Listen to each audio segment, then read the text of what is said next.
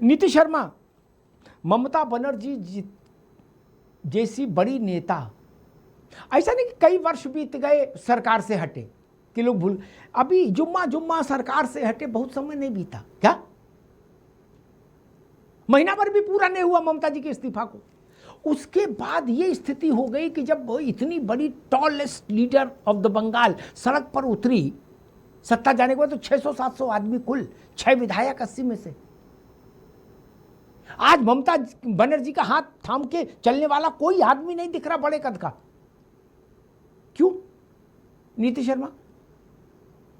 आपका उत्तर देने से पहले मैं अशोक यादव जी के कुछ कमेंट्स पे जरूर रिएक्ट करना चाहूंगी। वो विपक्ष मुक्त भारत की बात कर रहे थे। भाजपा ने विपक्ष मुक्त भारत का नारा कब दिया मुझे पता नहीं, हाँ कांग्रेस मुक्त भारत का जरूर दिया था। वो पिच जरूर सजाई थी। वो अलग बात है कि उस पिच पे सेंचुरी पार कर चुके हैं खुद राहुल गांधी और नाबाद हैं, अभी तक टिके हुए हैं। तो वो तो भूमिका मुझे लगता है और उनका जो लक्ष्य है पूरा करने के राहुल गांधी अकेले ही कर देंगे। जहां तक जनता को यूनाइटेड करने की बात है, तो आज जनता यूनाइटेड होती है, लेकिन सड़कों पे नहीं, चुनावी केंद्रों पे अपने मतदान के माध्यम से अपना मत देकर। मेरे ख्याल से भाजपा के अब तक के कार्यकाल में जो सबसे बड़ा चैलेंजिंग इलेक्शन था, जो सबसे बड़ी पॉलिटिकल मैं समझती हूँ टर्निंग पॉइंट है, एक प्रकार से मील का पत्थर साबित हुआ है, वो पश्चिम बंगाल की विजय है। तो इस विजय को लेके कैसे ममता जी और पूरा टीएमसी तलमलाई हुई है। और विनाश काले विपरीत बुद्धि, यहाँ पे वो विपरीत बुद्धि मोह में त्रस्त है। मोहिनी अस्त्र की बात कर रहे थे बीजेपी के प्रवक्ता, लेकिन जो बंगाल की मिट्टी है वो तंत्र में बड़ी मशहूर है।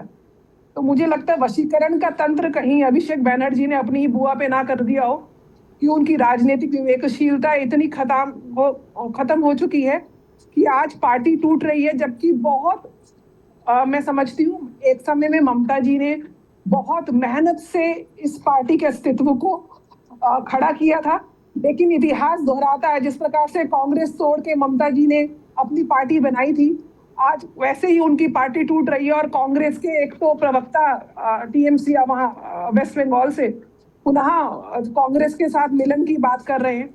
आज इंडी गठबंधन का जो सबसे बड़ा चेहरा ममता जी बनी हुई थी, आज उनकी मीटिंग के लिए कांग्रेस से हाथ जोड़ने, हाथ बटाने की बात हो रही है। तो कहीं ना कहीं ये जो हार है वो उनकी विवेकशीलता पे भी अटैक करा है। और मोह तो ये था कि आज सियानी घोष जो हृदय में काबा आंखों में मदीना लेके घूम रही थी, 17 काबा वाले और मदीना वाले इनके विधायक भी इनका हाथ छोड़ चुके हैं। शाहजहां शेख और ऐसे लोगों के जो संरक्षण दे रहे थे। तो आप देखिए कि कहीं ना कहीं टीएमसी बहुत अदर पे जा चुकी है। इतनी बुरी तरह टूटेगी, इतनी बुरी तरह बिखरेगी जब योग्यता के ऊपर खून को आगे रखते हो। आपने अभी इतने उदाहरण दे ही दिया राजनीतिक पृष्ठभूमि से। जब योग्यता के ऊपर अपने ब्लड रिलेशन को आगे रखते हो तो यही खामियाजा भुगतना पड़ता है। विवेक नारायण जी, क्या बेटा बेटी भतीजा भांजा भांजी इनको सत्ता की और संगठन की कमान सौंपने की नेताओं की जिद उनकी पार्टियों को, उनकी सरकारों को खा जाती है? सीधा सवाल। आप जी देखिए, लोकतांत्रिक देश में लोकतांत्रिक पार्टी अगर है तो उसमें रिश्तों की अहमियत नंबर 2 पे होती है। जो पार्टी को चला सके, जो पार्टी के लिए उपयोगी हो, जिसके पास विजन हो, जो सबको संभालने में सक्षम हो, सबको साथ लेके सक्षम चलने में सक्षम हो, सबकी बात सुनने वाला हो, सबकी बात सुन के एक उसका रास्ता निकालने वाला, ऐसा नेता हर पार्टी को आगे बढ़ा सकता है। अब उसके बीच में कहीं से माया मोह का सवाल आ जाता है तो ये तो एक नितांत व्यक्तिगत मामला हो गया, इसके लिए कोई कुछ नहीं कर सकता है। लेकिन आप देखिए, जवाहरलाल नेहरू जी की आज एक रोल मॉडल है। जब उनके सामने ये बात हुई थी तो उन्होंने कभी इंदिरा जी का नाम नहीं लिया था। लेकिन ये समय के साथ चीजें बदलती हैं। लेकिन जो आपने बताया, महाभारत देखिए किसमें हुआ, महाभारत तो पुत्र मोह में हुआ।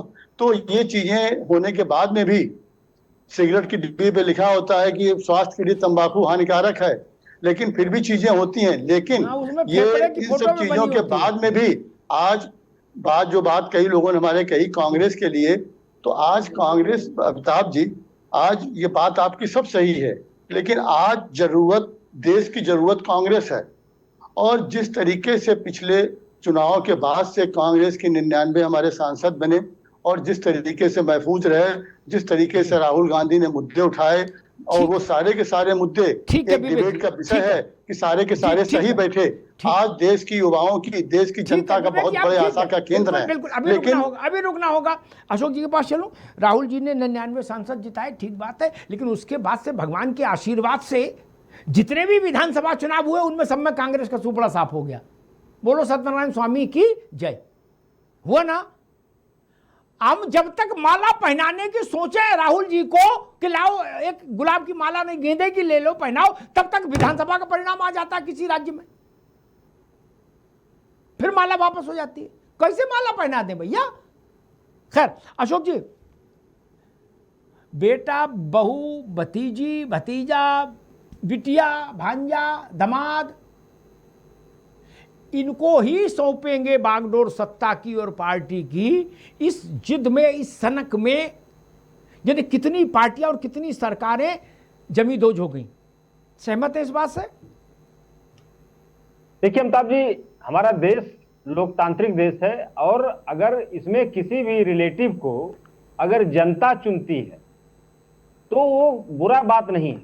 जनता अगर चुन रही है तो उसमें जनता को तो आप दोषी ठहरा नहीं सकते। अशोक जी, जनता बाद तो में जनार्दन चुनती है, बाप पहले चुनता है। जनता तो बाद में चुनती है, जब बाप कह देता है यही अध्यक्ष है तो फिर जनता उस पर सोचती है। अगर बाप कह दे ये अध्यक्ष नहीं, जैसे अगर शरद पवार सुप्रिया सुले को आगे नहीं करते तो जनता तो आने नहीं थी कि करोड़ों लोग शरद पवार के घर आ रहे थे कि शरद जी तुम्हें हमारी कसम सुप्रिया सुले को महाराष्ट्र का प्रमुख बनाओ, ऐसा तो कोई कह नहीं रहा था।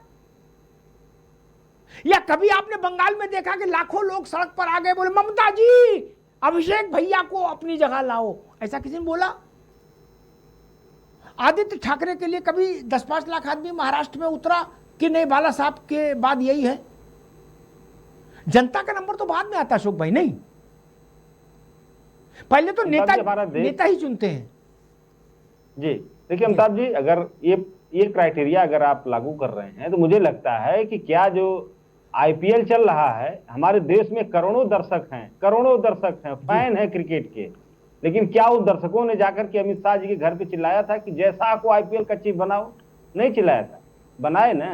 तो ये हर जगह चलता है अमिताभ जी, कहाँ सब हर जगह चलता है। सवाल ये है कि अभी हमारे देवेंद्र प्रमुख जी, हमारे गांव देहात में कहावत है उड़ता हुआ तीर लेना, ये बात में चूंकि बात बंगाल की चल रही थी, अर्थव्यवस्था पे चले गए।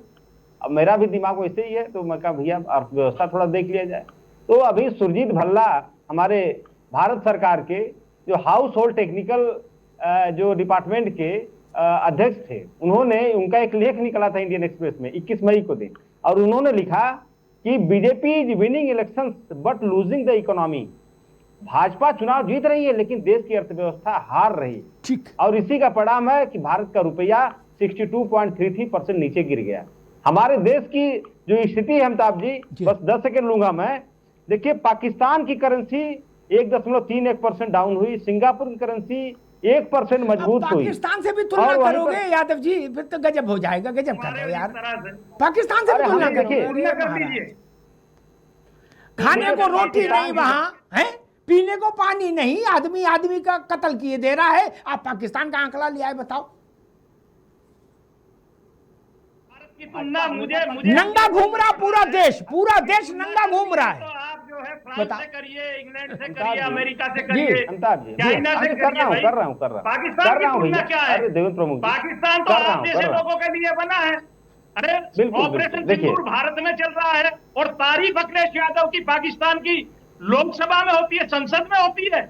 उस पाकिस्तान आपका टाइम आएगा, बोल लीजिए। हमें हमेशा आपको, अरे कभी जो भारत में होता है यहाँ भी देख लीजिए। अच्छा ठीक है देवेंद्र जी, उनकी बात पूरी हो जाए 10 सेकंड में। देवेंद्र जी ओनली 10 सेकंड। जी अशोक जी।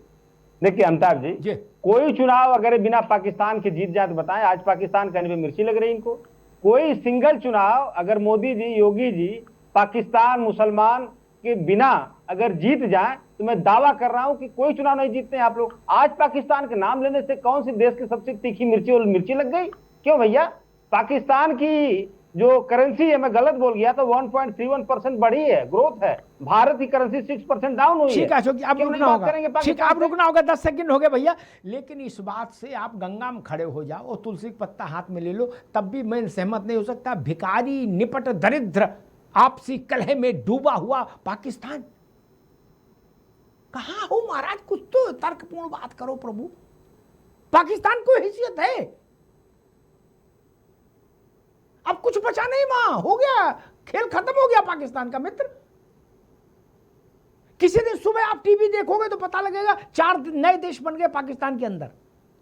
उस स्थिति पर खड़ा है पाकिस्तान। और ये इंडेक्स फिंडेक्स जो है ना, क्या हंगरी इंडेक्स और मुस्कुराने का इंडेक्स आता है ना, हैप्पी इंडेक्स, ये पता है अशोक जी कौन देता है? जर्मनी का एक संगठन है, वहां पैसा दे दो तो वो पाकिस्तान को हैप्पी इंडेक्स में ऊपर दिखा देता है। पाकिस्तान के हैप्पीनेस से कोई लेन देना है? जब खाने को रोटी नहीं तो हैप्पीनेस कैसे आ गई? पैसा दे दो, वो हैप्पीनेस में दिखा देंगे, कोई दिक्कत नहीं। किसी एनजीओ को कह दो, वो कह देगा पश्चिम बंगाल में सबसे सशक्त पार्टी टीएमसी है, पैसा दे दो, वो सर्वे जारी कर देगा। वो मत करिए। देवेंद्र प्रमुख जी, क्या भारतीय जनता पार्टी विपक्ष मुक्त भारत बना रही है, खासतौर पर रीजनल फोर्सेस को एलिमिनेट कर रही है, जैसा अशोक यादव और विवेक नारायण जी आरोप लगा रहे हैं?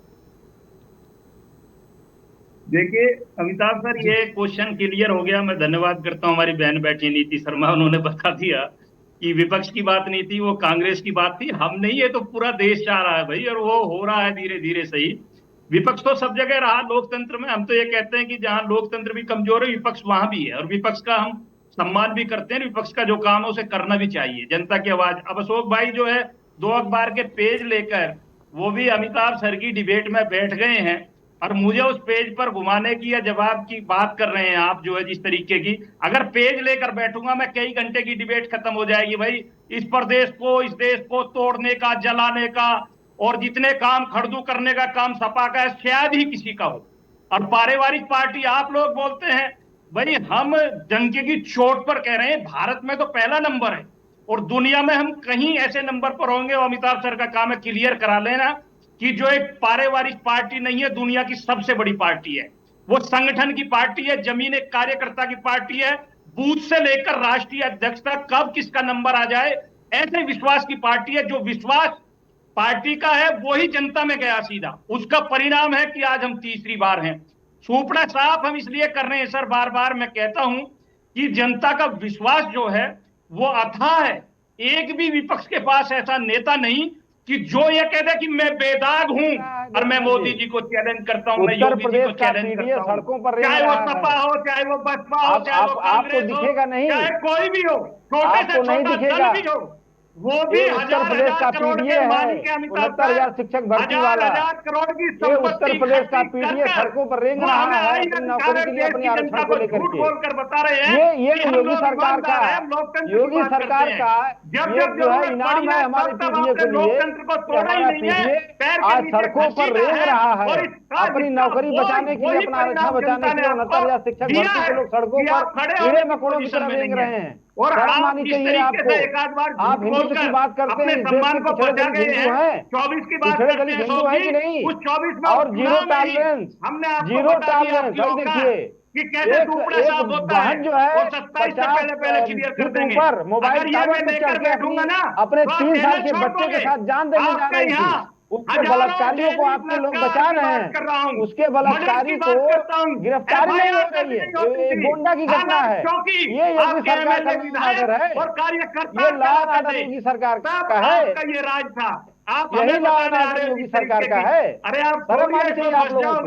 ये तस्वीरें बता रही हैं आपकी हकीकत, ये तस्वीरें आप हकीकत बता रही हैं। सच के साथ आना पड़ता है। अशोक जी, आप जैसे प्रवक्ता को तो मैं मानता हूं कि आप सच पर बात करने के लिए आते हैं, लेकिन आप इस कागज को दिखाकर क्या साबित करना चाहते हैं? मैं पेपर लेके आया था, सच पर बात करने के लिए ही पेपर कुछ लेके नहीं आया होगा। था। मेरे पास तथ्य एक पर से ही एक बात बड़ी करने के लिए मैं बैठी पेपर है। लेके आया था। बुक रखी है मेरी टेबल पर। मैं फर्जी अगर कोई मैं बात ही पढ़कर नहीं आपको करता। NCR भी मैं सुनाने कोई लगूं बात ना, अगर तो बोलूंगा कई घंटे तो तक उसके आप पीछे सुन मेरे नहीं पास पाओगे। प्रूफ रहेगा। कान मैं पक फर्जी जाएंगे बात बोलता ही आपके। नहीं। चलिए, मैं आपको दोनों मित्रों को रोकूंगा, दोनों मित्रों को रोकूंगा, देवेंद्र भाई को भी और अशोक जी को भी, दोनों मित्रों को रोकूंगा।